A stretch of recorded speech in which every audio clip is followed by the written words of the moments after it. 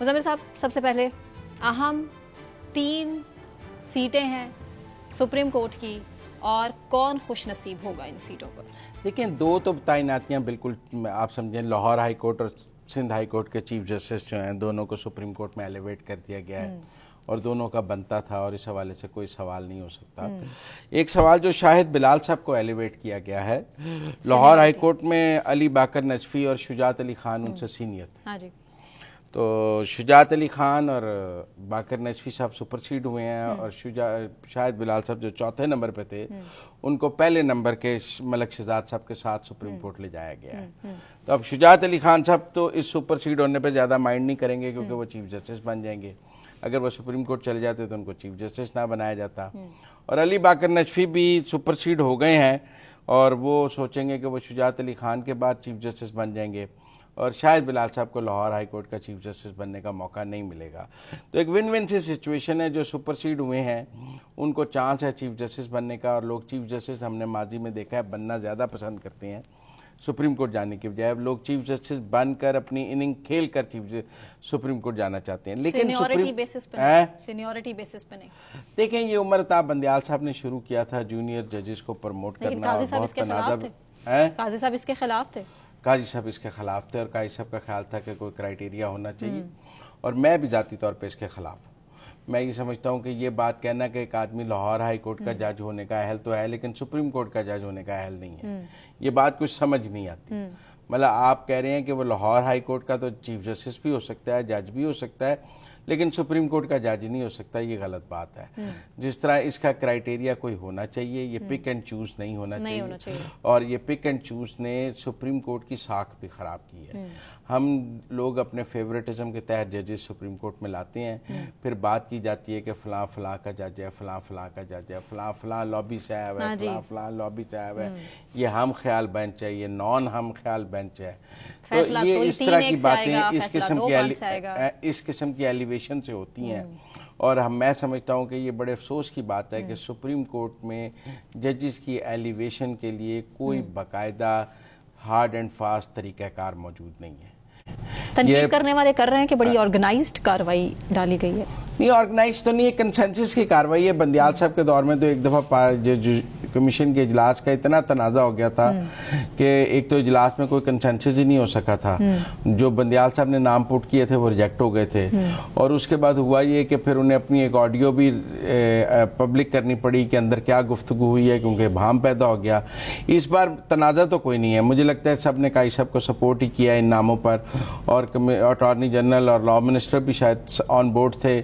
जब पहले तैनातियां हुई तो एक मीटिंग में अटॉर्नी जनरल बंदियाल साहब के दौर में और एडवोकेट लॉ मिनिस्टर ने खिलाफ वोट डाला और फिर अगली मीटिंग में उन्हीं जजेस के हक में वोट डाला और फिर सब ने बात की कि जी वो बंदियाल साहब ने बाजू मरोड़ा हुकूमत का कि अगर मेरे जजेस को वोट ना डाला तो फिर मैं ये फैसला कर दूंगा। वो बाजवा साहब ने इंटरवीन किया, सुलह सफाई हुई और फिर बंदियाल साहब के नामों पर पहले वोट नहीं डाला गया था और बाद में डाल दिया गया, जो काई साहब भी समझते हैं कि वो गलत हुआ और बंदियाल साहब ने हुकूमत का बाजू मरोड़कर हुकूमत के 2 वोट हासिल किए, जबकि सुप्रीम कोर्ट के अंदर के वोट बंदियाल साहब के साथ नहीं थे। तो सुप्रीम कोर्ट के जजेस की एलिवेशन की बहुत कहानी है और कुछ लोगों का ये भी ख्याल है कि एक डंपिंग स्टेशन भी बनाया गया है कि जो बंदा बतौर चीफ जस्टिस किसी हाई कोर्ट के तंग कर रहा हो और ना ठीक चल रहा हो तो आप उसको एलिवेट करके सुप्रीम कोर्ट ले जाते हैं। कुछ अर्से बाद वो सुप्रीम कोर्ट में सीनियर होकर ज्यादा तंग कर रहा होता है, फिर वो ज्यादा मसाइल पैदा कर रहा होता है। जस्टिस शाहिद बिलाल पर एतराज किया जा सकता है।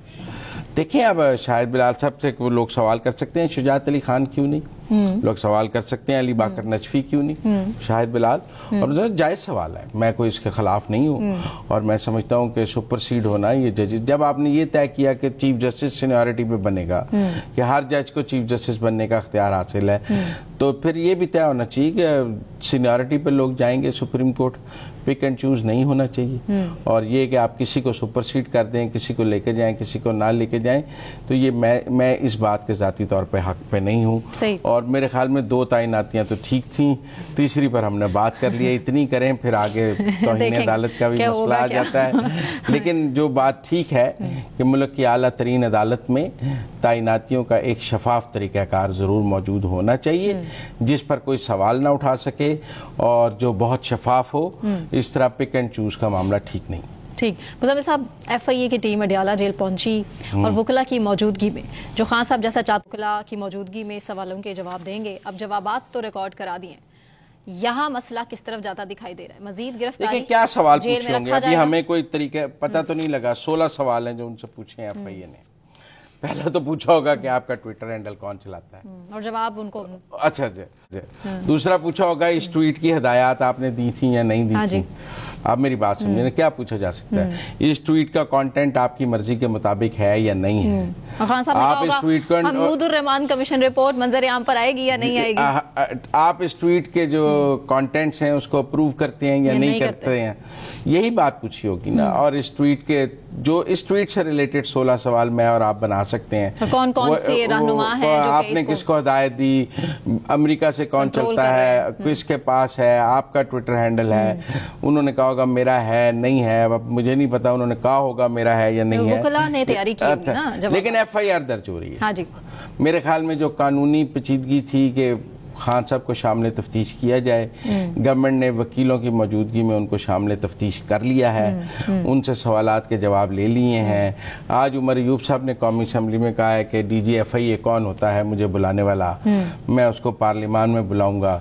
तो उमर अयूब साहब आप यहाँ तो वज़ीर आज़म को भी बुला सकता है DG FIA।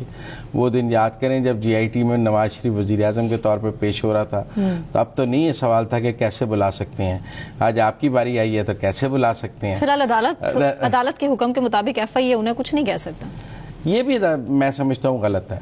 अच्छा? मैं समझता हूँ अदालत को ऐसे तफ्तीश में मुदाखलत, क्योंकि तासुर ये जा रहा है कि तहरीक इंसाफ वालों को ज्यादा फेवर मिल रहा है अदालत को तफ्तीश में मुदाखलत नहीं करनी चाहिए। तफ्तीश की इंडिपेंडेंस बरकरार रहनी चाहिए। वो क्यों कहते हैं कि फलां वो बेल ले लें, अगर उनको बहुत एतराज है तो वो बेल ले लें। ये क्या हिदायत है कि कोई तादीबी कार्रवाई नहीं करेंगे, आप बेल बॉन्ड ले लें। बगैर बेल के ये ऑर्डर्स तो मैं किसी तरह नहीं सुनता कि आप FIA के हाथ बांध दें। FIA अरेस्ट करना चाहिए, उन्हें अरेस्ट करने का इख्तियार होना चाहिए, आप बेल ले लें अगले दिन। लेकिन आप FIA के तफ्तीश में हाथ बांध दें कि आप ये कर सकते हैं और ये नहीं कर सकते, ये गलत है। और मैं समझता हूँ कि मैं इसके हक में नहीं हूँ। बहरहाल चूंकि हो गया अदालत का ऑर्डर और ज्यादा बात करेंगे तो फिर मैं और आप दोनों तो हुकूमत की तैयारी है, हम ऐसे मौजूद पर बात भी करते हैं और हमें पकड़े जाने का डर भी है। नहीं मुज़म्मिल साहब, हुकूमत की तैयारी है कि मुकदमात बनाने मजीद और जेल में ही रखना है खान साहब को। खान साहब की भी तैयारी है कि मैंने रोज एक जुर्म करना है और मैंने बाहर नहीं आना। मेरा मतलब है खान साहब की भी मुकम्मल तैयारी है कि मैंने देखें नहीं तो मामलात आगे कैसे बढ़ेंगे? मौलाना साहब को भी तो बयान आ गया ना, फिर मामलात कैसे आगे बढ़ेंगे? वो कह रहे हैं कि मैं नवाज शरीफ से भी मुलाकात करने के लिए तैयार हूँ, दूसरी तरफ वो कह रहे हैं कि खान साहब के साथ भी मुज़ाकरात चल रहे हैं, लेकिन कंफ्यूजन में रखा हुआ है मौलाना साहब ने भी। कहाँ से चाहिए उनको? तो PTI ने रखा हुआ है। आप समझे ना कि ये कैसे हो सकता है? मौलाना मरकजी हुकूमत के खिलाफ तो PTI के साथ मिलकर तहरीक चला रहे होंगे और KP असेंबली में अपोजिशन में बैठे होंगे PTI के साथ। मतलब आप मुझे बताएं ये मुमकिन है? नहीं। अगर उन्होंने PTI के साथ जाना है तो फिर KP में इक़्तिदार साथ देना पड़ेगा मौलाना को। अगर आपको मौलाना की मरकज में जरूरत है तो KP में आप क्या कहेंगे? आप अपोजिशन में बैठे रहे, हमें KP में आपकी जरूरत नहीं है। पॉइंट भला आप मेरी बात समझे ना। गंडापुर तो उन्हें डेरा इस्माइल खान घुसने नहीं देता, तो अगर आपको मौलाना की जरूरत है तो उसकी प्राइस तो KP में पे करें ना पहले आके। आधी हुकूमत दे दें 50-50 पे, आधी वजारतें दे दें, स्पीकर दे दें मौलाना साहब से। नहीं मेरे ख्याल में PTI इतना बड़ा पॉलिटिकल फैसला कर ही नहीं सकती और मुझे ये इत्तेहाद बनता नजर नहीं आता। मौलाना साहब भी नहीं कर रहे एहतजाज? नहीं, मौलाना क्या फ्री में इस वक्त PTI ने आज तक मौलाना के साथ क्या नेकी की है जो मौलाना PTI की किश्ती में सवार हो जाए? नहीं अलग से एहतजाज की कॉल दी थी ना उन्होंने, तो अपना अलग से एहतजाज करें। उन्होंने मुजफ्फरगढ़ में भी इतना बड़ा जलसा किया अभी पिछले दिनों में, उनके जलसों पे तो कोई रुकावट नहीं है। वो तो हर जगह जलसे कर रहे हैं। अभी पंजाब में तहरीक इंसाफ वालों को इजाजत नहीं मिली, दी ना रवात में वो भाग गए जलसा करने थे। कराची में 8 जून के जलसे की इजाजत दी, उन्होंने इनकार कर दिया जलसा करने से। इस्लामाबाद में करेंगे? नहीं मतलब आपको जहाँ इजाजत मिली करके दिखा देते ना। वो सिर्फ सियासत खेल रहे हैं कि करना नहीं, बताए भाई आज यहाँ मांग लो, कल वहाँ मांग लो, परसों मांग लो, करना कोई नहीं, क्योंकि उन्हें पता है। मेरा मतलब कर लेते बात में जलसा, क्या फर्क पड़ता है? तो मौसम भी अच्छा हो गया। तहरीक इंसाफ की जलसों की, धरनों की तारीख रही है, आप इससे इनकारी तो नहीं ना? कभी के दिन बड़े, कभी की रातें। वो दिन और थे, ये दिन और हैं। दिन वो नहीं रहे तो दिन ये भी नहीं रहेंगे। फिलहाल तो ये दिन है। अली मोहम्मद खान साहब कह रहे हैं असेंबली के फ्लोर पर ही, और माइक म्यूट हो जाता है उनका, क्यों? जब आप इदारों के खिलाफ बात करेंगे तो माइक तो म्यूट। देखिए ना, 24 न्यूज चैनलों को शोकाज हो गया फैसल वाडा और मुस्तफा कमाल की प्रेस कॉन्फ्रेंस दिखाने के लिए। तब आप माइक भी म्यूट ना करें, क्या करें? सारे चैनल बंद हो जाएं? मेरा मतलब है, आप मेरी बात सुनिए, आपको तो ऐसे लगता है जैसे सारे चैनल फौरन बंद हो जाने चाहिए और माइक म्यूट करने पे भी आपको इतराज है। तो वो जब चैनल्स वालों को सुप्रीम कोर्ट बुलाए तो आपको भेज दिया करें। तरीके इंसाफ वालों को है कि माइक बंद हो जाते हैं, मर्जी की बात ना करो, ऐसी ना करें। क्या करें? मतलब पाकिस्तान के आइन कानून के अंदर वैसे तो तहरीक इंसाफ वालों को 7 खून माफ है। मतलब आप देखें ना, रऊफ हसन वगैरह ने टाउट का, उनको तो तौहीन अदालत का नोटिस नहीं हुआ। अदालतें फेवर कर रही हैं। मतलब अगर फैसल वाडा और मुस्तफा कमाल को हुआ तो उन्हें क्यों नहीं हुआ? लोग सवाल करते हैं। तो अब सूरत हाल ये है कि वो कहते हैं जी पीटीआई ने चीफ जस्टिस के खिलाफ कैंपेन चलाई, उनको तो तौहीन अदालत का नोटिस नहीं हुआ, बेचारे मुस्तफा कमाल और फैसल वाडा को हो गया। तो लेकिन वो भी उनसे माफी मंगवाते रहे ना, मांग ले माफी। नहीं, पीटीआई वालों से माफी मंगवाई है, रऊफ हसन ने टाउट का उनसे माफी मंगवाई है? नहीं जी, तो फिर उनसे माफी नहीं मंगवाई, इनफैक्ट उनके लिए फेवर है। अच्छा, इस्लामाबाद हाईकोर्ट के जस्टिस मोहसिन अख्तर कियानी के रिमार्क्स बड़े दिलचस्प हैं। उन्होंने आज भी शायर अहमद फराज बाजियाबी केस के हवाले से जो समात करते हुए रिमार्क्स दिए ना, उन्होंने इदारों को अपनी हुदूद में रहने की तरफ इशारा किया और कहा है कि अगर मजीद कोई मसला हो तो वो मुझसे रुजू कर सकते हैं। देखिए, अहमद कियानी साहब कह रहे थे जब तक अहमद फराज को मेरी अदालत में पेश नहीं किया जाएगा मैं ये केस खत्म नहीं करूंगा। अच्छा, लास्ट टाइम उन्होंने यही कहा था ना, तो अहमद फराज को तो उनकी अदालत में पेश नहीं किया गया और उन्होंने केस खत्म कर दिया। तो कहीं ना कहीं मैं अदालतों के हुक्म को ना मानना नहीं, वो तो आजाद कश्मीर में उसकी जमानत ही नहीं हुई। पहले तो पता ही नहीं था उनकी फैमिली को कि कहाँ है, कौन से थाने में।